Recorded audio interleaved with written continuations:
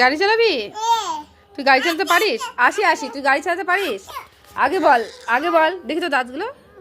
দাঁতগুলো দেখি। কি খাবি? মা খাবি? কি খাবি?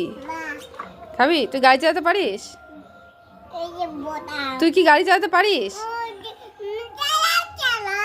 কি চালাবো? এটা গাড়িটা কার? পপো দাদার?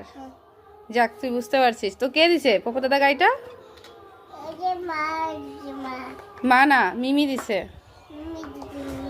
গাড়িটা কার? ভালো, মিমি তো দিছে। গাড়িটা কার?